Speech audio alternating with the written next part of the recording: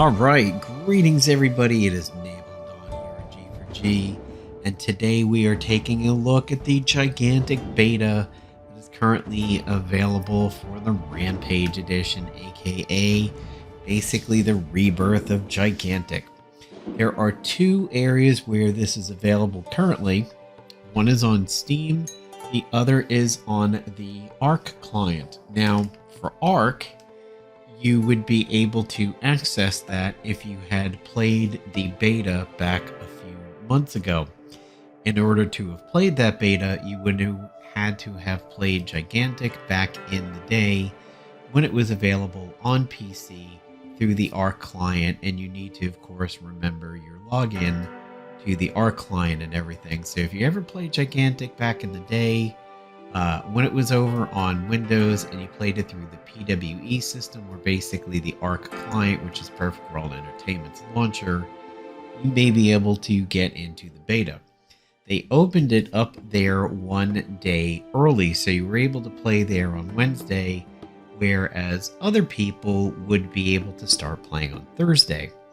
To play it on Steam, you need to go to the Gigantic-Rampage edition on Steam, hit the I want to join the beta button, and then hope you get an invite.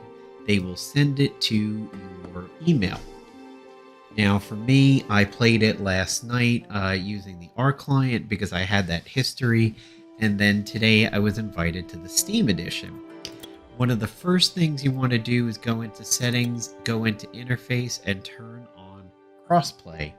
Now this does not seem to make a difference in terms of play it on one client, put it down, pick it up again on the other client, because there doesn't seem to be any cloud logins that are synchronizing the Steam version and the Arc client version. So I had played it yesterday, went over here on Steam, saw that I got in, downloaded it, installed it, and I was like, okay, you need to do the tutorial. So I was like, all right, there's definitely not any cloud setup going on over here.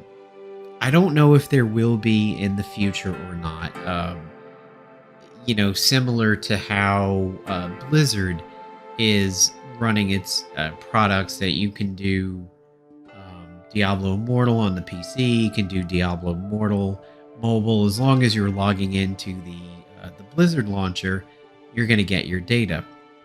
I don't really know how that is going to work out with Gigantic. So real quick, I will take you guys into a bot match, which is the rush guide, so you can get to see a little bit of what's going on here. If you do the bot match, you will be able to pick any of the heroes and do any of the customizations.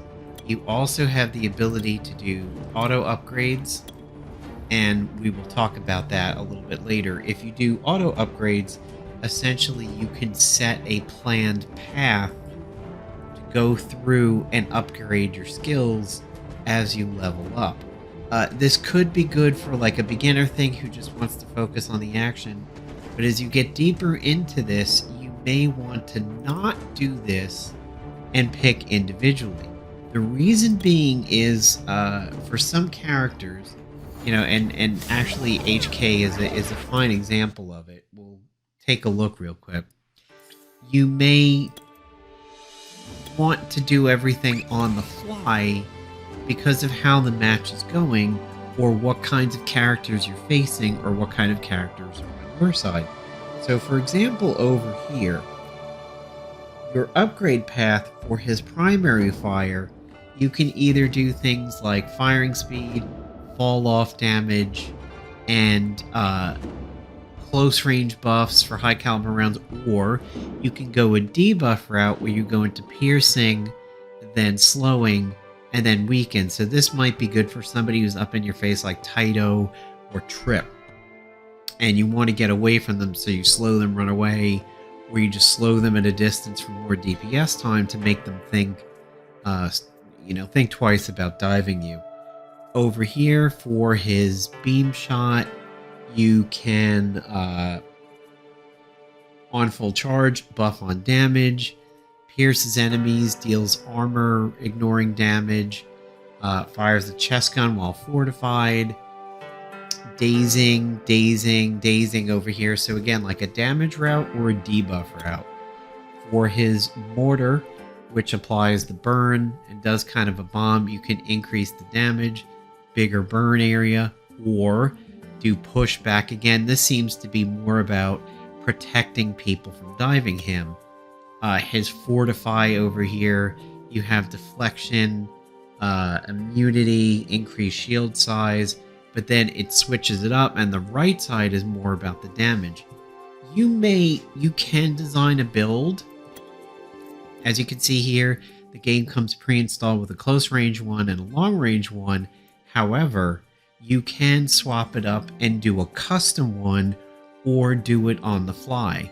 What you may want to do is leave the 2 default ones, create one that is your general 75-80% of what you want to do when you pick your abilities, but then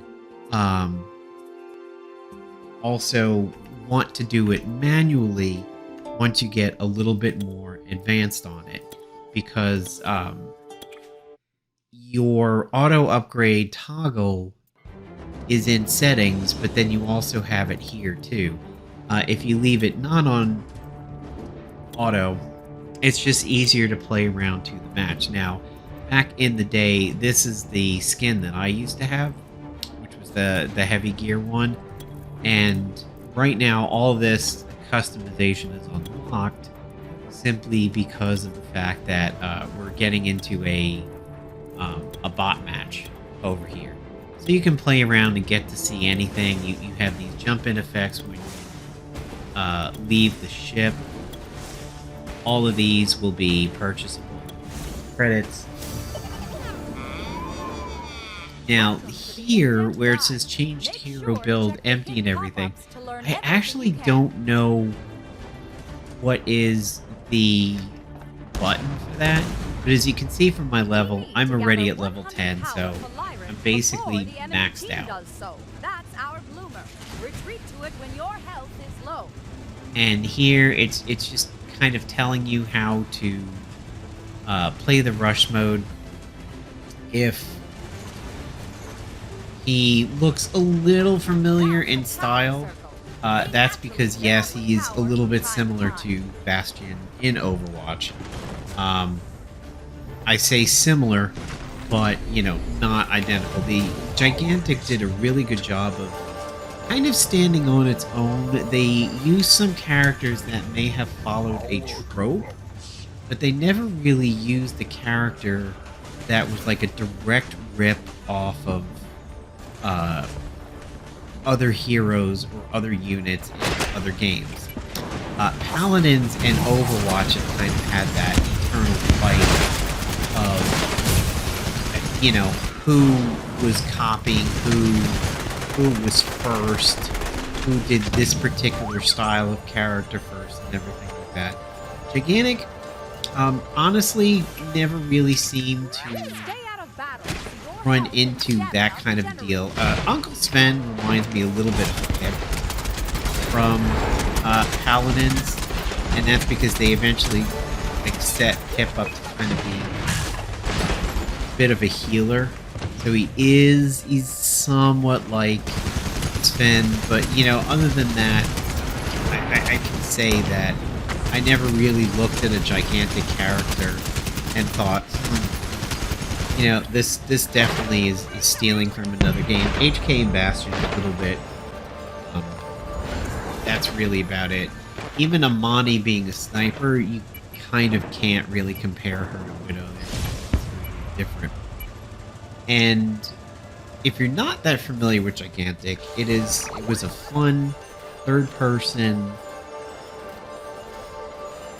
not MOBA light, like super light. That's not really that much of a MOBA at all, because there really is no PvE element to it. But it was a fun game that existed from way back in 2015 is when the betas had started, and it existed for a few years, and then unfortunately it passed hands from Microsoft over to Perfect World Entertainment, which, as you know, is kind of a kiss of death. And then to some degree, Overwatch happened. What can you say? It was the juggernaut of everything back in the day. I mean, Lawbreakers was affected by it. Battleborn was affected by it. Gigantic, yeah, to a degree, it was affected by it too. But Gigantic had such a lovely indie feel to it that, it really existed in a league of its own.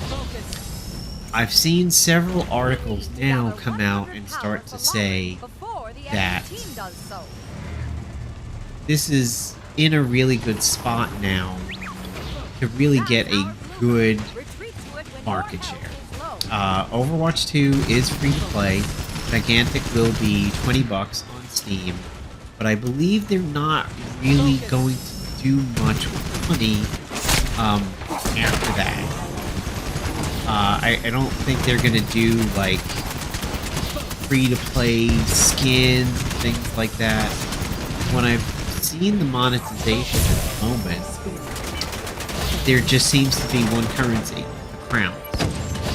And you get these hero vouchers that allow you to unlock a hero and everything. I think there will probably be a rotation also, but it doesn't seem to be how I remembered it back in the day, where you would have to buy those red crystals if you wanted to cash them out and get things in the games, like the weapon skins, the hero skins, permanently unlock heroes that weren't part of the rotation at that time. I don't really think they're going to do that kind of pay-to-play, free-to-play thing. It's going to be $20, and that looks like it's it. Now, they have come out and stated that they're not going to do, quote, aggressive monetization, unquote. However, sometimes when people said that, that doesn't always wind up being the plan.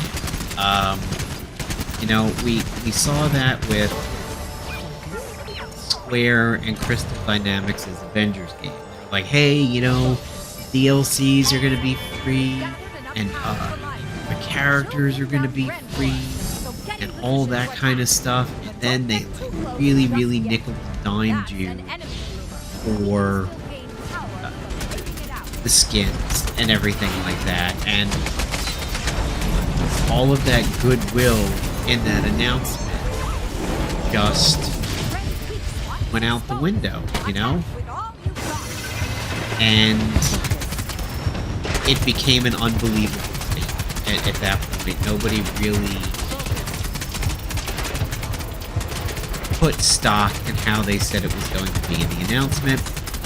And minor variants of skins also cost egregious amounts too, but Gigantic has so much of an indie feel to it that I truly believe at the end of the day, we are not going to see super hyper aggressive monetization out of these guys whatsoever.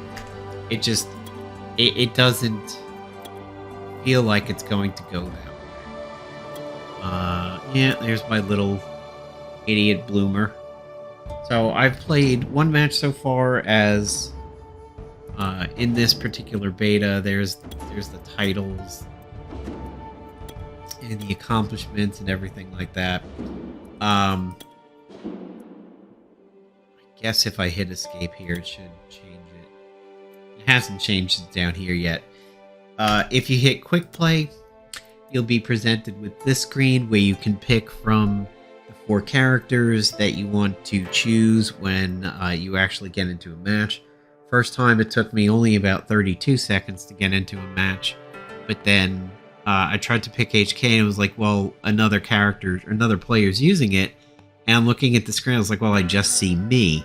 And it says, oh, well, somebody was disconnected, and I started it again, and then again, 30, 40 seconds later, got in a match, played HK, did very well, second on my team, but we lost overall. They had 2 or 3 of our Guardian downtimes, and we only had 1 for them. But as you can see, some of them are going to be locked right now. There is Paco, of course, is one of the iconic characters for Gigantic, sort of like Pikachu for Pokemon. Ezreal and then this guy were like the two people who were new to the game around the time that I had stopped playing. But when they announced it would be shutting down, I wound up going back to get my last licks in. I mean, I'm so happy Gigantic is back. I really am. And I feel I will have the time to play it. However, when I want to shoot things, there's a lot for me to pick from right now. When I feel like not doing an RPG or something like that, it's going to be competing with Remnant 2 and it's going to be competing with Overwatch when I want to play that kind of thing. Fortunately, Remnant 2 is just about wrapped up for everything I want to do. I have all the archetypes unlocked. Really, the only other thing I want to do right now is get a Krellax and keep re-rolling Yasha until I get that. Once I get it, I don't really see myself going back into Remnant 2. I've beaten the game with my girlfriend. My solo campaign, I have not beaten it yet. I mean, maybe I would go back and try that solo, but for the most part, I've got all the gear. I've got all the classes that I want. So I think I would have room for it. The other being Overwatch 2, and there's still Dead Space 2 Dead Space hanging out there on my New Game Plus. When it comes to RPGs, World of Warcraft has basically wound down at this point. I've accomplished everything in the game that I want to do, so that's kind of getting out of the way. There's Diablo 4 and Last Epoch, which has been in my Steam library for a long time. It looks interesting. So I should have a decent amount of time to play Gigantic, and it's not first person like Overwatch, but it is very, very similar.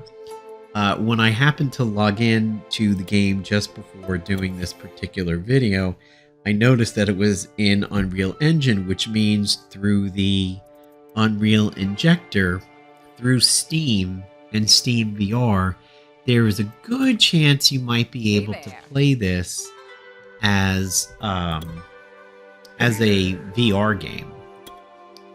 So I wish on these screens here, when you look at the heroes, it would tell you the abilities and you could see the trees and everything like that. I mean, here you could see the hero and the skins and the weapon skins and everything, but I would kind of like to know a little bit more about the hero through